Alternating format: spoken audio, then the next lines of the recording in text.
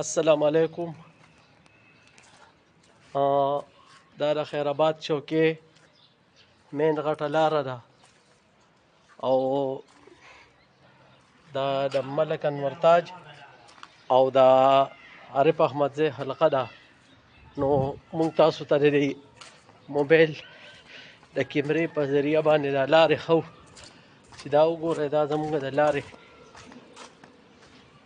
حل دی او دا د تبدیلۍ سرکار دی. دا بله لاره ده، دا هم لاره ده ها، دا باقاعده د تګ راتګ لاره ده، د کورونه دي په دغې.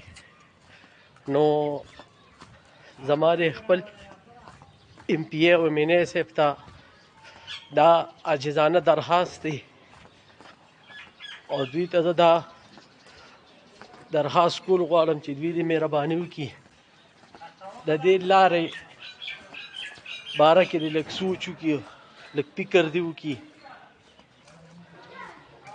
ځکه چې پیغمبر علیه السلام وایي چې یاره جومات وران که او لاره جوړه که.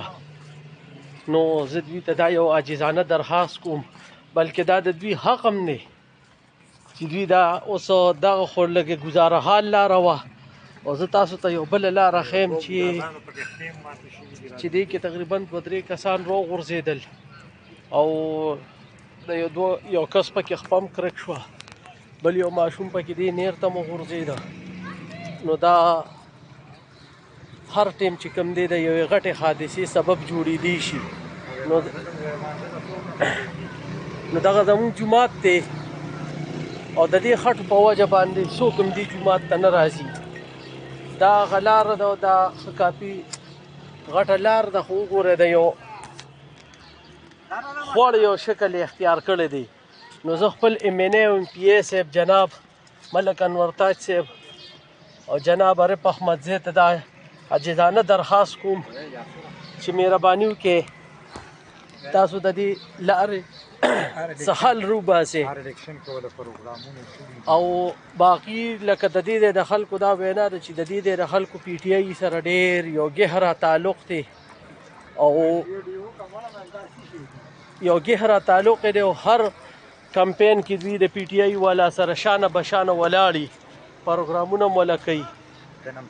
او دا وګورئ، دا د دې کلي زموږ یو خو دروند خوږ مشر دی که نه، اب هم تاسو ته د خپلو خیالاتو اظهار وکړي د دې کیمرې په وساطت سره.